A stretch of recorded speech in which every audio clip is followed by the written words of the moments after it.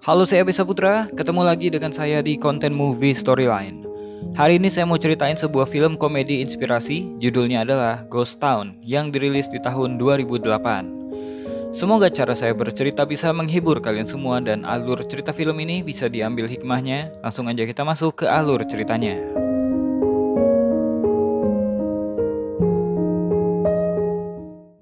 Film ini tentang seorang pria bernama Bertram Pincus. Dia adalah seorang dokter gigi yang bekerja di sebuah klinik di kota London. Pincus adalah seorang pria yang bisa dibilang punya sifat yang antisosial dan menyebalkan. Ketika itu, setelah mengobati pasiennya, Pincus ditemui rekannya yang bernama Prashar dan diajak untuk ikut merayakan kelahiran anak mereka di lobi klinik. Tapi Pincus yang antisosial nggak mengucapkan selamat atau apapun. Dia bahkan menolak ajakan itu dan lebih memilih untuk langsung pulang ke apartemennya. Ketika sampai di rumah, Pincus kemudian meminum sebuah obat pencahar karena saat ini Pincus tengah punya masalah di saluran pencernaannya. Di lain waktu, Pincus pergi ke rumah sakit untuk memeriksakan gejala yang dia derita. Ternyata di sana dokter menyarankan Pincus untuk segera dioperasi karena memang ususnya sedang berada dalam masalah. Sementara itu di tempat lain, seorang pria bernama Frank sedang berbicara dengan rekan bisnisnya lewat handphone. Di saat yang sama, ada dua orang pasangan di sebuah apartemen lagi membereskan sebuah pendingin ruangan yang berada di lantai atas. Kemudian gak disangka, gak diduga, kebetulan pun terjadi. Pendingin itu malah jatuh ke bawah dan hampir menimpa Frank dan hampir membunuhnya. Namun naasnya, karena menghindari hal itu, dia malah tertabrak bis dan mati seketika. Saat itu, Frank menjadi hantu yang gentayangan. Keesokan harinya, Pincus pun diperbolehkan pulang dan disuruh untuk mengkontrol kondisinya pasca operasi. Di luar rumah sakit, Pincus melihat beberapa orang perawat sedang merokok. Lalu dia pun menggerutu sendiri sambil berbicara pada salah satu perawat di sampingnya. Seorang perawat yang mengenakan seragam aneh. Entah kenapa perawat tersebut terlihat kaget ketika Pincus berbicara padanya. Ketika Pincus pergi, perawat tersebut mengikutinya. Dan saat menyeberang jalan, Pincus hampir menabrak dua orang tua pejalan kaki dan meminta maaf. Karena ditegur oleh Pincus, kemudian orang tua ini juga mengikuti Pincus dari belakang. Seiring Pincus berjalan, entah kenapa banyak yang tertarik dengannya dan mengikutinya. Sampai akhirnya Pincus dipanggil oleh seorang pria yang hampir saja ditabrak oleh truk pengangkut sampah. Namun Pincus menutup matanya hingga nggak melihat apa yang terjadi barusan. Hey, mister! Please, just hold up! Look out! Oh! You can see me, huh? Pincus kemudian memutuskan untuk kembali ke rumah sakit dan menanyakan tentang halusinasi yang dia alami. Dia curiga si dokter menyembunyikan sesuatu terkait prosedur ketika dia dioperasi. Kemudian Pincus dibawa ke sebuah ruangan untuk diajak berbicara. Dokter pun memberitahukan bahwa saat operasi, Pincus sempat dinyatakan meninggal selama 7 menit akibat obat bius yang diberikan salah satu petugasnya. Mendengarkan hal tersebut, Pincus berencana akan menuntut dokter itu dan semua yang terlibat saat operasinya berlangsung. Tapi dokter mengatakan Pincus telah menandatangani perjanjian bahwa dia udah menyetujui prosedur operasi yang dilakukan dan gak akan menuntut di kemudian hari. Dalam perjalanannya kembali ke apartemen, dia bertemu dengan Frank. Bahkan gak sengaja, Pincus menembus tubuhnya Frank. Pincus yang menganggap bahwa Frank adalah halusinasinya kemudian berniat kabur dengan sebuah taksi yang telah dipesan dulu oleh seorang wanita. Namun Frank tetap mengikutinya di dalam taksi. Frank langsung to the point kalau wanita yang taksinya diserobot oleh Pincus itu adalah janda darinya dan dia meminta bantuan Pincus karena mantan istrinya itu saat ini sedang memiliki masalah yang cukup serius. Pincus pun menyadari bahwa dia bisa melihat hantu karena disebabkan dia meninggal selama 7 menit ketika operasi kemarin. Ketika di sebuah bar, Frank mengatakan karena Pincus bisa melihat hantu, Pincus harus mulai membiasakan diri karena para hantu di kota itu pasti akan selalu mengejarnya.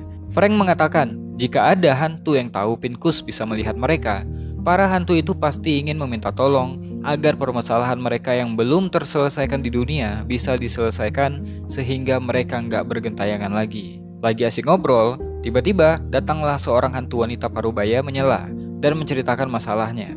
Pincus yang kesal mendengarkan permasalahan dan cerita mereka lalu pergi. Namun Frank tetap mengajar Pincus dan menceritakan bahwa istrinya akan menikahi seorang pengacara brengsek dan dia meminta tolong Pincus agar istrinya tidak menikahi pria tersebut. Namun Pincus menolak mentah-mentah permintaan Frank. Ketika sedang tidur, Pincus dikagetkan dengan banyaknya hantu yang berkumpul hingga membuatnya terkejut dan terbangun dari tidurnya. Pincus tahu kalau Frank memberitahu alamatnya pada hantu lain sehingga Pincus memilih pergi meninggalkan mereka. Tapi para hantu terus saja membuntutinya walaupun Pincus sudah meminta mereka untuk pergi. Di luar, Frank lagi-lagi menghampiri Pincus, kemudian Frank memberikan penawaran supaya mereka saling tolong-menolong. Frank tahu Pincus terganggu dengan kehadiran hantu-hantu itu, jadi Frank berkata pada Pincus, jika Pincus membantu permasalahannya, maka hantu yang lain gak akan mengikutinya lagi. Karena gak ada pilihan lain, mereka pun bersepakat. Singkat cerita di lain waktu, Pincus dan Frank berada di sebuah gedung tempat istrinya Frank yang bernama Gwen lagi menjadi pembicara di sebuah acara seminar tentang mumi di Mesir. Di sana, Frank meyakinkan Pincus agar dapat membatalkan pernikahan istrinya. Pincus baru sadar bahwa ada wanita secantik dan sepitar Gwen yang tinggal di gedung apartemen yang sama dengannya. Kemudian Pincus pun mengatakan kalau dia akan mendekati Gwen supaya Gwen ragu untuk menikahi si pengacara. Padahal motivasi Pincus melakukan itu adalah sebenarnya dia tertarik pada sosok Gwen. Frank pun tertawa ketika mengetahui kalau Pincus akan jadi pria yang akan mendekati Gwen supaya Gwen gak menikahi pengacara yang dimaksud oleh Frank. Selesai acara, Pincus mulai mendekati Gwen dan meminta maaf karena menyerobot taksi kemarin. Pincus berusaha memperbaiki citranya, namun Gwen udah terlanjur menganggap bahwa Pincus adalah orang yang menyebalkan. Pincus yang antisosial tentunya nggak punya pengalaman dalam memulai percakapan dengan orang lain hingga membuat Gwen merasa nggak nyaman. Sayangnya percobaan pertamanya itu pun gagal. Lalu Frank mengatakan bahwa Pincus memiliki masalah dalam bergaul dengan orang-orang. Tapi Pincus dengan percaya diri menyangkal kekurangannya itu. Supaya Pincus mengenal Gwen lebih dalam, Frank pun membagikan kepribadian dan kebiasaan-kebiasaan Gwen pada Pincus supaya di lain waktu Pincus bisa menghandle Gwen seperti Frank. Keesokan harinya, ketika akan berangkat bekerja, secara nggak sengaja mereka bertemu di lift. Pincus dengan percaya diri kembali mencoba untuk mendekati Gwen, lalu Frank mati-matian melarangnya karena dia merasa ini bukanlah waktu yang tepat. Tapi Pincus mengabaikannya dan langsung menyapa Gwen. Pincus yang notabene adalah seorang dokter gigi, kemudian menganalisa gigi Fir'aun yang kemarin Gwen presentasikan di seminar. Sebenarnya itu adalah hal yang awkward, tapi nggak diduga ternyata caranya itu berhasil dan malah membuat mereka janjian untuk bertemu pada hari Kamis karena Gwen mau mengajak Pincus untuk menganalisa mumi yang kemarin dia presentasikan.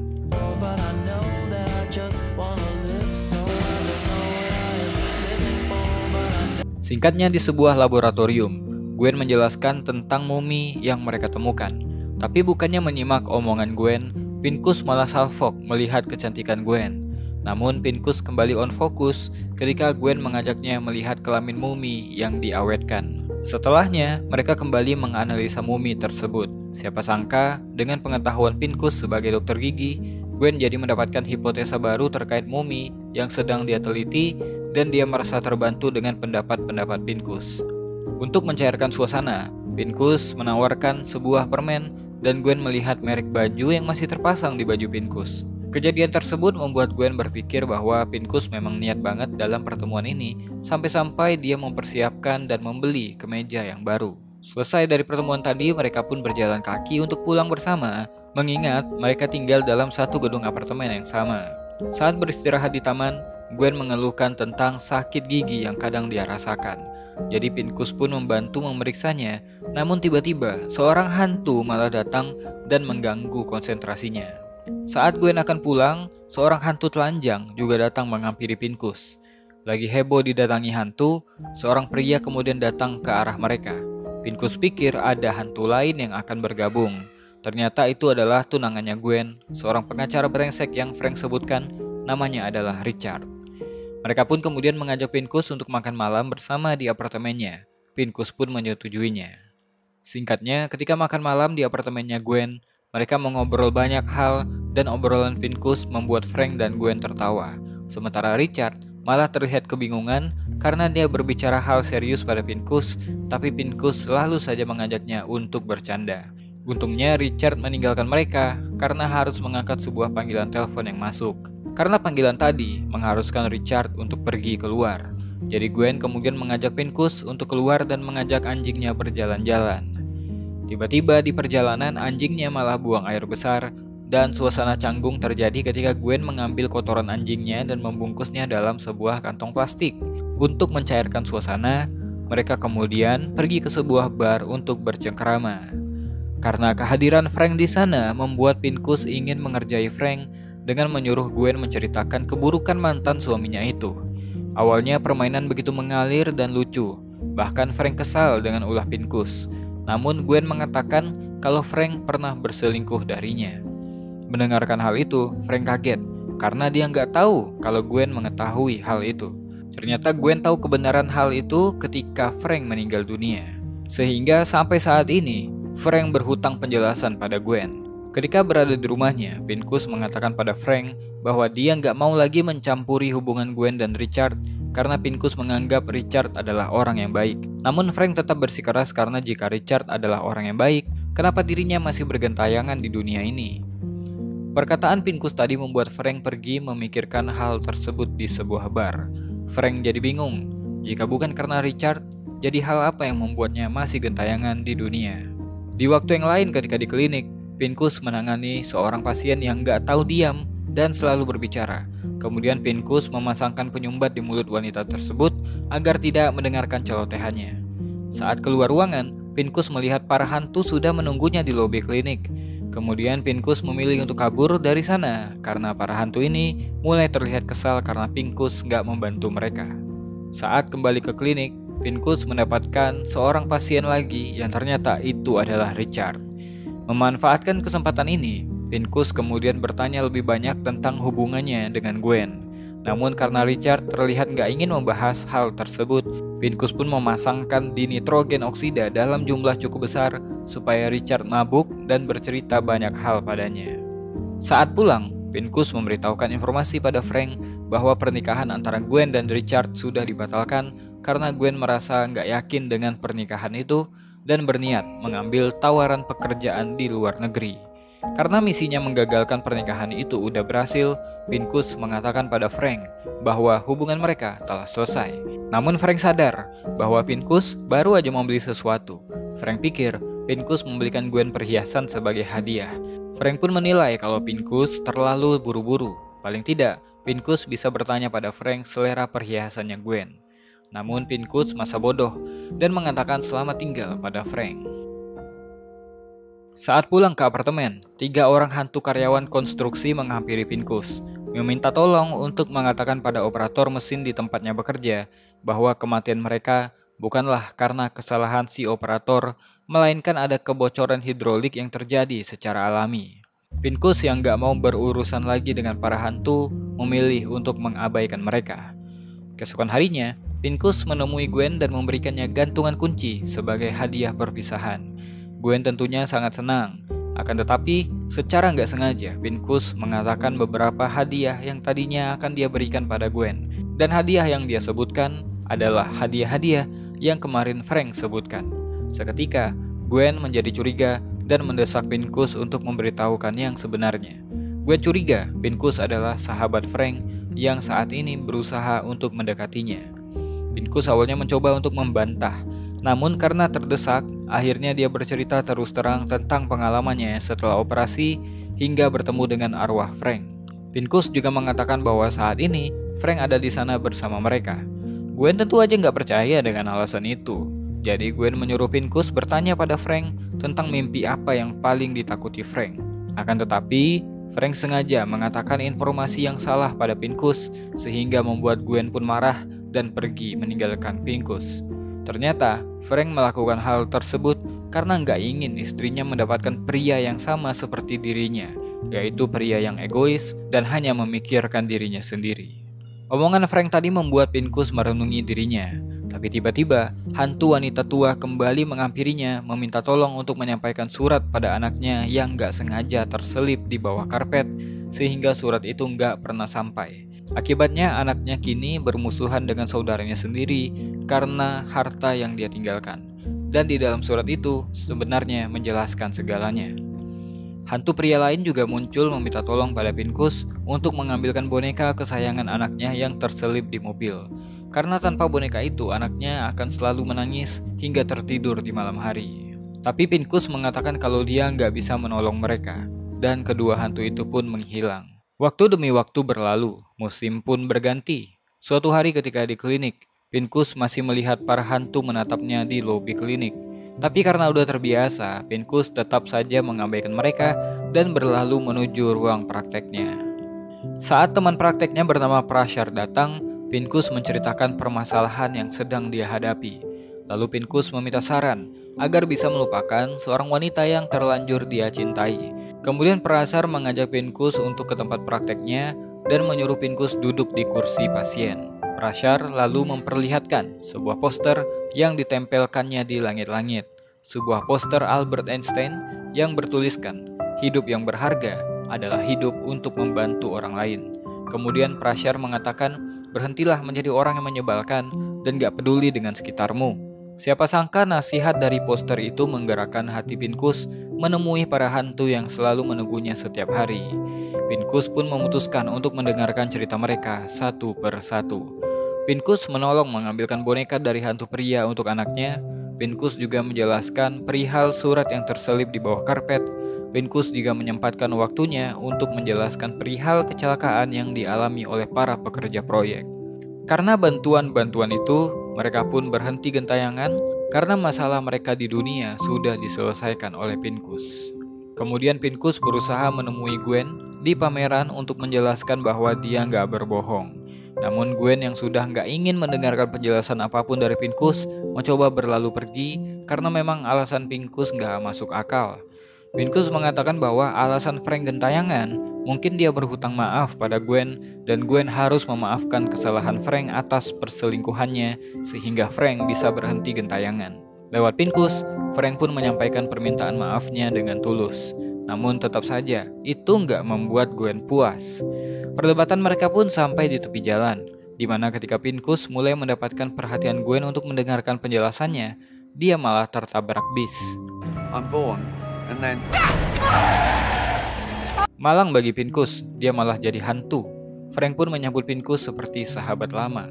Kemudian, yang nggak disangka, dari keramaian, datanglah Richard yang mencoba memberikan pertolongan pertama dan bantuan napas buatan.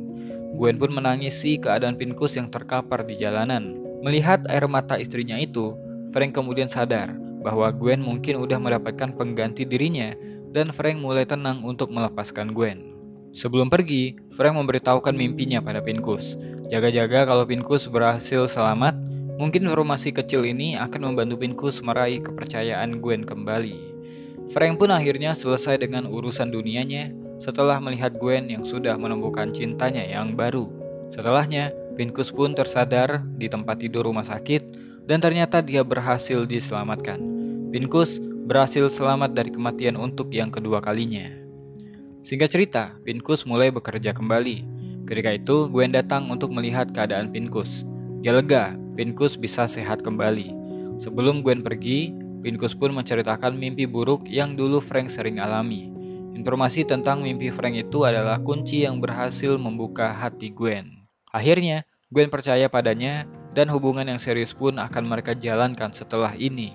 Film pun selesai.